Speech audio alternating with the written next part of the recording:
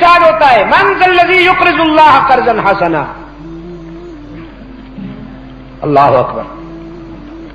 تم میں سے ہے کوئی جو اللہ کو قرض حسنا دے؟ اس پر یہودیوں نے ایک مرتبہ اعتراض کیا. حضرت صدیق اکبر رضی اللہ تعالیٰ عنہ گزر رہے تھے، یہودیوں کا اجتماع تھا. ایک بوڑھا یہودی صدیق اکبر رضی اللہ تعالیٰ عنہ کو دیکھتا ہے تو اونچی آواز سے کہنے لگا، مسلمان پہلے بھی فقیر تھے، اب بھی فقیر ہیں، کنگال ہیں، اب ان کا خدا بھی قرضے مانگتا ہے، یہ خود بھی فقیر ہے، ان کا خدا بھی فقیر ہے، ہمیں دیکھو ہم خود بھی غنی ہیں، ہمارا تو خدا بھی غنی ہے. یہ الفاظ حضرت صدیق اکبر رضی اللہ تعالیٰ عنہ کے کان میں پڑے تو زخمی شیر کی طرح لپکے اور قریب آ کے اس یہودی کے چہرے پہ ایسا زوردار زناٹے کا تھپڑ رسید کیا کہ بل کھاتا ہوا دور جا گرا، منہ سے خون بہنے لگا. اور باقی یہودیوں نے موسم بدلا ہوا دیکھ کر بھاگنے میں خیریت سمجھی. صدیق اکبر کچھ دیر انتظار کرتے رہے کہ یہ اٹھے تو اس کی خدمت میں 2-4 تھپڑ اور رسید کر کے ثواب دارین حاصل کروں، لیکن وہ ایک تھپڑ ہی اتنا مفید اور کارآمد تھا کہ وہ اٹھ نہ سکا. میں کہا کرتا ہوں شریف کو غصہ بہت دیر سے آتا ہے، لیکن جب آتا ہے تو ساری قضائیں ادا ہو جاتی. شریف روز روز ڈینگے نہیں مارتا، آستینے نہیں چڑھاتا، میں یہ کر دوں گا، میں وہ کر دوں گا، تم جانتے نہیں ہو، پتا ہے تمہیں میں کون ہوں، میں کس کا بیٹا ہوں. یہ سطحی لوگ کرتے ہیں ایسی باتیں. چھوٹا پانی شور بہت کرتا ہے، اور سمندر کا پانی جتنا ڈیپ ہوتا ہے اتنا پرسکون ہوتا ہے. کہہ رہا تھا شور دریا سے سمندر کا سکوت، جس میں جتنا ظرف ہے اتنا ہی وہ خاموش ہے. صدیق اکبر رضی اللہ تعالیٰ عنہ اپنا کام کر کے چلے گئے، اور یہودی نے جب دیکھا کہ ابو بکر جا چکا ہے تو یہاں سے اٹھا دوڑتا ہوا رسول اللہ کی خدمت میں آیا. کہتا ہے جی دیکھیے کیا حال ہو گیا میرا، تیرے ابو بکر نے مجھے مارا ہے اور میں استغاثہ لے کے آیا ہوں، مجھے انصاف ملنا چاہیے. اللہ کے رسول صلی اللہ علیہ وسلم یہودی کا چہرہ دیکھتے ہیں، واقعی ابو بکر کی انگلیاں پرنٹ ہو گئی تھی اس کے چہرے پہ، تھپڑ چھپ گیا تھا اس کے چہرے پہ. رحمت عالم صلی اللہ علیہ وسلم نے بڑی متانت سے پوچھا کہ مارنے والے کو پہچانا تھا تم نے؟ کہیں وہ عمر تو نہیں تھا؟ یہ اس لیے پوچھا کہ ایسی کارروائیاں اکثر فاروق اعظم ڈالا کرتے تھے. وہ مضروب یہودی کہنے لگا نہیں میں نے اچھی طرح پہچانا تھا، ابو بکر نے مارا ہے مجھے، آپ بلا لیں ابھی بات ہو جاتی ہے. صدیق اکبر رضی اللہ تعالیٰ عنہ کا بلاوا ہو گیا بارگاہ رسالت میں، اور جب بارگاہ رسالت میں حاضر ہوئے یہودی پہ نظر پڑی تو پھر آنکھیں سرخ ہو گئیں، طبیعت میں پھر جلال امڑ آیا. رحمت عالم صلی اللہ علیہ وسلم نے فرمایا ابو بکر کیا تو نے اسے مارا ہے؟ عرض کیا اللہ کا رسول مارا ہے لیکن ابھی تسکین نہیں ہوئی، اگر آپ اجازت دیں تو بقیہ قسطیں ابھی پوری کر دوں. رحمت للعالمین صلی اللہ علیہ وسلم نے فرمایا مگر میرے یار تم تو ایسا نہیں کیا کرتے، یہ آج کیا سن رہا ہوں میں، آپ تو بڑے حوصلے والے ہیں، بڑے صبر والے ہیں. صدیق اکبر رضی اللہ تعالیٰ عنہ نے عرض کیا اللہ کے رسول بے شک میں صبر اور حوصلے سے کام لیتا ہوں، لیکن اللہ اور اس کے رسول کی شان میں گستاخی برداشت نہیں کر سکتا. سب کچھ سہ سکتا ہوں، اللہ اور اس کے رسول کی شان میں گستاخی نہیں برداشت کر سکتا. رحمت للعالمین صلی اللہ علیہ وسلم کی یہ صداقت ہے کہ کائنات کا ذرہ ذرہ حضور کی آن پر قربان کرنے کو اپنی زندگی کی منزل سمجھتا.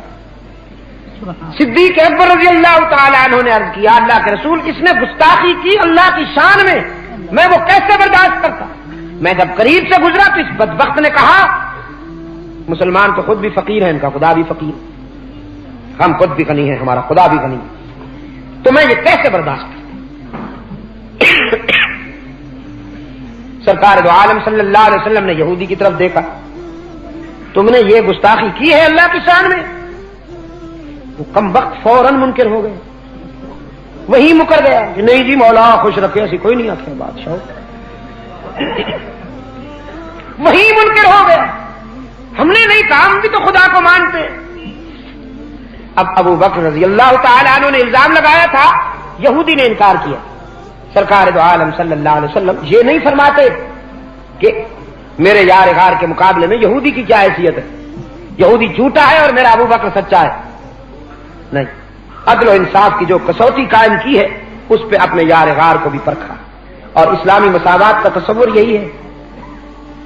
یہ جو کبھی کبھی سیاسی فنکار نعرہ لگاتے ہیں کہ مساوات چاہیے مساوات چاہیے، اور غریبوں کو یہ کہا جاتا ہے کہ بس سب برابر کر دیے جائیں گے. یہ غیر فطری نعرہ ہے، بالکل ان نیچرل ماٹو ہے، دنیا میں کہیں آپ کو اس کا نمونہ نہیں ملے گا. مساوات جو اسلام میں ہے وہ یہ ہے کہ حقوق میں سب کو برابر سمجھنا چاہیے، سب کو حق ملنا چاہیے، عدل و انصاف کی کسوٹی پہ سب کو پورا اترنا چاہیے. اللہ کے رسول صلی اللہ علیہ وسلم کا ارشاد ہے وہ قومیں دیر تک صفحہ ہستی پہ نہیں رہتی جن کے بنائے ہوئے قوانین کمزوروں کو پیسیں اور وڈیروں سے پسیں. اگر کوئی کمزور جرم کرے تو قانون کا غصہ رکتا نہیں، اور اگر کوئی طاقتور جرم کرے تو وہاں قانون کو غصہ آتا نہیں. رحمت للعالمین صلی اللہ علیہ وسلم نے فرمایا ایسی قومیں دیر تک صفحہ ہستی پہ باقی نہیں رہتی، بہت جلدی مٹ جاتی. فرمایا ابو بکر جواب پیش کرو، آپ کے علاوہ بھی کسی نے سنا؟ قانون شہادت کے تقاضے کے مطابق گواہ پیش کرنا ضروری ہو گیا ہے. ابو بکر آپ الزام لگاتے ہیں وہ انکار کرتا ہے. صدیق اکبر رضی اللہ تعالیٰ عنہ نے عرض کیا اللہ کے رسول میں تو اکیلا تھا، گیدرنگ ان کی تھی، اجتماع ان کا تھا، میں وہاں سے گزر رہا تھا، اب ان میں سے کوئی میرے حق میں گواہی دے گا یہ کیسے ہو سکتا؟ میرے پاس تو گواہ نہیں. رحمت للعالمین صلی اللہ علیہ وسلم نے بڑی سنجیدہ نگاہوں سے اپنے یار غار کو دیکھا. پیغمبر کی نگاہیں کہہ رہی تھی گواہی ضروری ہے ابو بکر، اگر گواہی پیش نہ کرو گے تو میں عدل و انصاف کے تقاضے پورے کرتے ہوئے شاید یہودی سے کہوں کہ وہ تیرے تھپڑ کا بدلہ لینے کے لیے تجھے تھپڑ مارے. اور پشاور کے روشن ضمیروں، یہی وہ موڑ تھا، یہی وہ مرحلہ تھا کہ جب عرش بری پہ فیصلہ ہو گیا.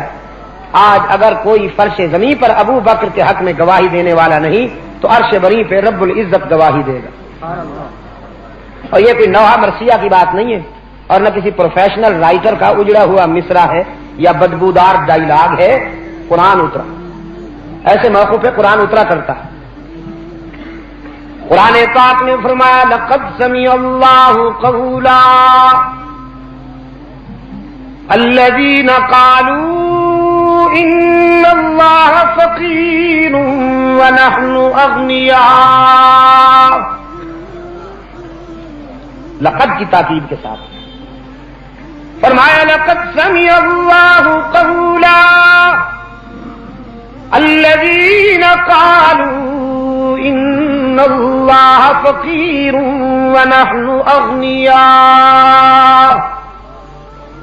بالیقین اللہ نے سنی ہے ان لوگوں کی بات جو یہ کہہ رہے تھے کہ ہم غنی ہیں خدا فقیر ہے. رب العالمین نے فرمایا یہ محض سنی سنائی بات نہیں کہ ہوا میں اڑ جائے.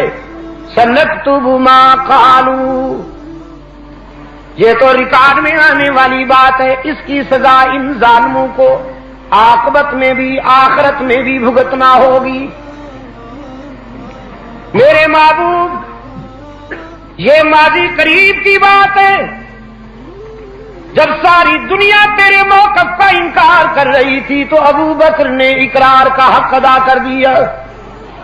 جب ساری دنیا تیری دشمنی پہ کمر بستہ تھی تو ابو بکر نے دوستی کا حق ادا کر دیا. جب لوگ سوشل بائیکاٹ کی پالیسی پہ چل رہے تھے اور کہا جا رہا تھا لا تنفقوا علی من عند رسول اللہ حتی ينفضوا، محمد اور اس کے غلاموں سے بائیکاٹ کر دو، معاشی طور پر انہیں پسنداز کر دو. تو ابو بکر ہی تو تھا جس نے اپنا سب کچھ تیرے قدموں پہ نثار کر دیا. آج ہم تیرے یار غار کی دوستی اور وفا کا صلہ دنیا میں یہ عطا کرتے ہیں. اگر فرش زمین پہ کوئی گواہی دینے والا نہیں تو ہم گواہی دیتے ہیں کہ تیرا ابو بکر سچا ہے. یہ تو صدیق ہے، اور صدیق کہتے ہی اسی کو ہے جس کی زبان سے کبھی جھوٹ نکلا ہی نہ ہو. میں نے کہا ابو بکر تیری خوش نصیبیوں کا کون مقابلہ کرے؟ اگر تیری صداقت خطرے میں ہو تو قرآن اترتا ہے، تیری لخت جگر کی عفت خطرے میں ہو تو قرآن اترتا ہے، تیری دیانت کا پرچم لہرانے کے لیے بھی قرآن آتا ہے، تیری بیٹی کی عفت کا پرچم لہرانے کے لیے بھی قرآن آتا ہے۔ یہ ریہرسل ہم کروا رہے ہیں آپ سے۔ اب تو نارمل حالات ہیں، شاید اللہ اپنے فضل و کرم کے ساتھ صورتحال ایسی سامنے لائے کہ پھر ہمیں دل کی گہرائیوں سے یہ ماتو بلند کرنا پڑے۔ ہاں تو میں عرض یہ کر رہا تھا، قرآن آیا کرتا ہے ایسے موقعوں پہ۔ جناب صدیقہ کائنات پہ جب منافقین نے انگشت برداری کی، جناب عائشہ کی آنکھوں میں جب آنسو آئے، ملت اسلامیہ سب کی سب محزون و ملول ہو گئی۔ قرآن اس وقت بھی آیا، فرمایا الخبیثات للخبیثین والخبیثون للخبیثات والطیبات للطیبین والطیبون للطیبات۔ ناپاک عورتیں ناپاک مردوں کے لیے، ناپاک مرد ناپاک بیویوں کے لیے، پاک باز بیویاں پاک باز شوہروں کے لیے، اور پاک باز شوہر پاک باز بیویوں کے لیے۔ امپورٹڈ بیگم امپورٹڈ مستر کے لیے، اور امپورٹڈ مستر امپورٹڈ بیگم کے لیے۔ مشرقی خاتون غیور شوہر کے لیے، اور غیرت مند شوہر غیرت مند بیوی کے لیے۔ یہ میں نے اس لیے تطبیق کی ہے کہ موجودہ حالات میں بھی آپ کو صورتحال کچھ تھوڑی سی سامنے۔ ہماری نو مولود اسمبلی کی ایک خاتون ممبر، اس کا بیان آپ نے پڑھا ہوگا۔ میرا عزیز غصہ کر رہا تھا کہ پریس والے یہاں رپورٹنگ نہیں، پریس والوں کو اس سے فرصت ہو تو وہ ان باتوں کی رپورٹنگ کریں۔ پریس والوں تو قوم کی بہو بیٹیوں کو مختلف پوز میں صبح سویرے پیش کرتے ہیں، پورا ایک صفحہ اس کے لیے مخصوص ہوتا ہے۔ اس بازار کا فضلہ اور گند اس کو پیش کیا جاتا ہے فل میک اپ کے ساتھ۔ وہاں سے فرصت ہو تو اخبار والے اس کی رپورٹنگ کریں۔ بڑا جلی سرخیوں کے ساتھ اس کا بیان قومی پرس کی زینت بنا۔ ارشاد ہوا کہ شرعی پردہ اسلام میں کوئی حیثیت نہیں، اسلام میں کوئی حیثیت نہیں رکھتا۔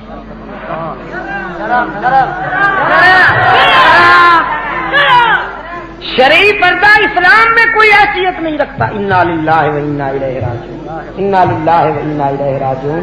یہ بالکل ایسے ہے جیسے کل کلام کوئی یہ کہے کہ یہ نماز روزہ اسلام میں کوئی حیثیت نہیں رکھتا، بالکل ایسے۔ فرمایا الخبیثات للخبیثین والخبیثون للخبیثات۔ ناپاک بیویاں ناپاک شوہروں کے لیے، اور ناپاک شوہر ناپاک بیویوں کے لیے۔ والطیبات للطیبین۔ ناپاک پاک باز بیویاں پاک باز شوہروں کے لیے۔ عائشہ جیسی محفوظ بیویاں محمد جیسے معصوم شوہروں کے لیے، اور محمد جیسے عصمت مآب شوہر عائشہ جیسی عفت مآب بیویوں کے لیے۔ پھر فیصلہ دیا، فرمایا اولئک مبرؤون مما یقولون لهم مغفرۃ ورزق کریم۔ رب العالمین نے فرمایا میرے محبوب، میں عرش بری سے گواہی دیتا ہوں کہ تیری عائشہ کا دامن گناہ کی آلودگیوں سے پاک ہے، 14ویں کے چاند سے بھی بے داغ ہے۔ قرآن اترتا ہے کبھی ابو بکر کی صداقت کا پرچم لہرانے کے لیے، کبھی بنت ابو بکر کی عفت کا پرچم لہرانے کے لیے۔ تو یاد ہے جہاں میں کہا کرتا ہوں کہ تیری پاکیزگی پر نطق فطرت نے شہادت دی، بنت صدیق تیری پاکیزگی پر نطق فطرت نے شہادت دی، تجھے عظمت عطا کی عافیت بخشی فضیلت دی، خدائے لم یزل کا بارہا تجھ پر سلام آیا، مبارک ہیں وہ لب جن پر ادب سے تیرا نام آیا۔ حلقہ ازواج رسول میں کبھی کبھی صدیقہ کائنات سر اونچا کر کے کہا کرتی تھی، اللہ نے مجھے یہ اعزاز بخشا ہے کہ میں باقرہ کی حیثیت سے رسول کی بیوی بنی، اللہ نے یہ عزت میرے حصے میں ودیعت فرمائی ہے کہ میرے بستر پہ قرآن اترتا ہے، اللہ نے یہ انفرادی سعادت بھی بنت صدیق کو عطا کی ہے کہ کئی مرتبہ عرش بری سے سلام آئے۔ روح الامین نے آ کے کہا محمد اپنی عائشہ سے کہہ دو کہ خدا سلام کہتا ہے، فرمایا یہ انفرادی سعادت بھی اللہ نے مجھے عطا کی کہ میں نے انہی آنکھوں سے روح الامین کو اس کی اصلی حالت میں دیکھا ہے۔ فرمایا یہ عزت اعلیٰ نے میری عفت کی گواہی دے کر مجھے بے داغ ثابت کیا۔ خدائے لم یزل کا بارہا تجھ پر سلام آیا، مبارک ہیں وہ لب جن پر ادب سے تیرا نام آیا۔ رسول اللہ نے رکھا ہے صدیق کا لقب تیرا، فقط فرشی نہیں عرشی بھی کرتے ہیں ادب تیرا،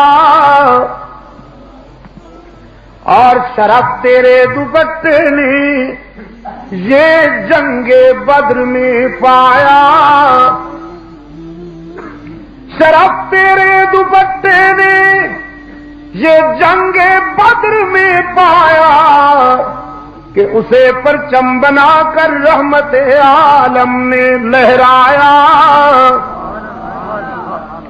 اور تیرا حجرہ ہاں بدر کے غزوہ میں ایک موڑ وہ آیا کہ جب رضاکاران مصطفیٰ نے بارگاہ رسالت میں آ کر عرض کیا اللہ کے محبوب پرچم بردار زخمی ہو کر گھائل ہو کر گر گیا ہے، پرچم بھی عسکری گہما گہمی میں کہیں نظر نہیں آتا، تو اب فرمائیے ہم کون سا کپڑا اسلام کا پرچم بنا کر لہرائیں اور کون سے ہاتھ اس پرچم کو اٹھائیں۔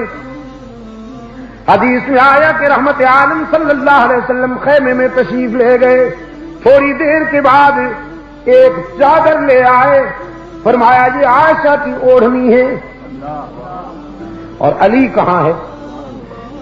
حضرت علی رضی اللہ تعالیٰ عنہ نے حاضر ہو کے عرض کیا ہاں اللہ کے محبوب ارشاد فرمائیے۔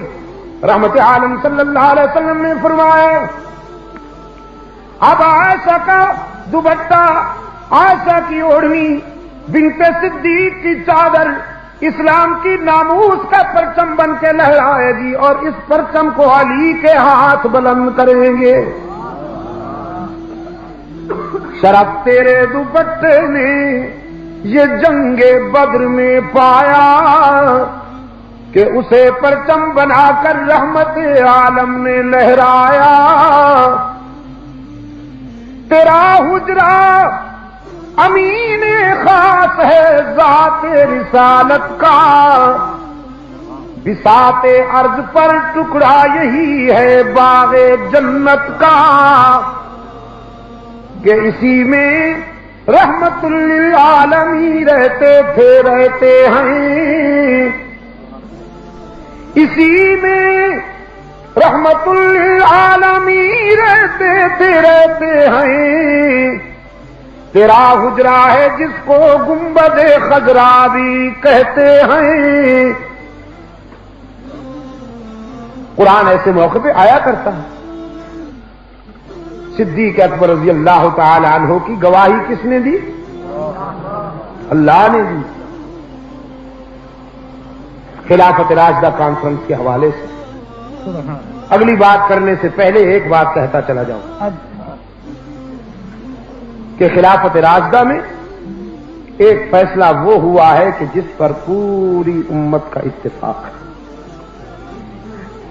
اور وہ اسلام کی پہلی خلافت میں حضرت صدیق اکبر کی قیادت میں حضرت فاروق اعظم، عثمان ذو النورین، علی المرتضی، طلحہ و زبیر، حضرت عمرو بن عاص، خالد بن ولید، سعد بن ابی وقاص، ابو عبیدہ بن جراح، عبد الرحمن ابن مسعود، سلمان و بلال کی مشاورت سے بالاتفاق یہ فیصلہ ہوا اور امت نے اس پر عمل کیا کہ رسول اللہ کے بعد جو نبوت کا داعی بنے اور جو اس کی حمایت کریں وہ واجب القتل ہے، واجب التکفیر نہیں۔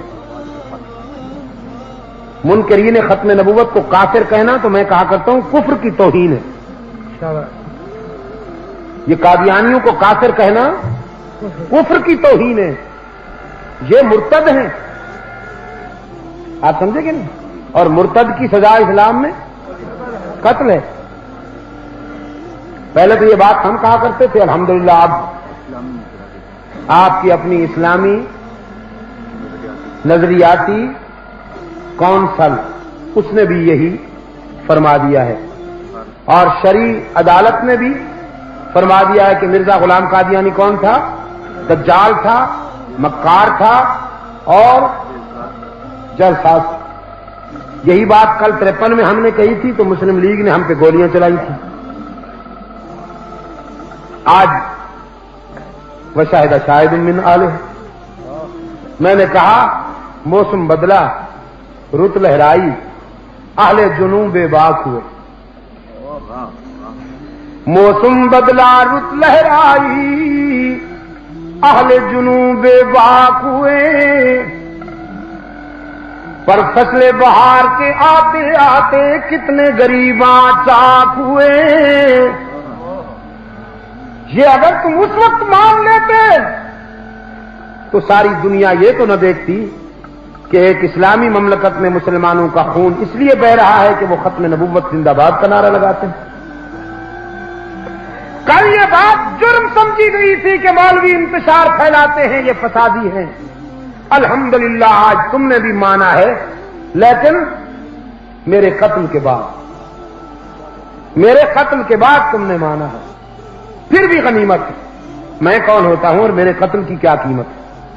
یہ پوری امت بھی اگر خون میں نہا جائے، رحمت للعالمین کی ختم نبوت کا تحفظ ہو جائے تو سودا مہنگا نہیں۔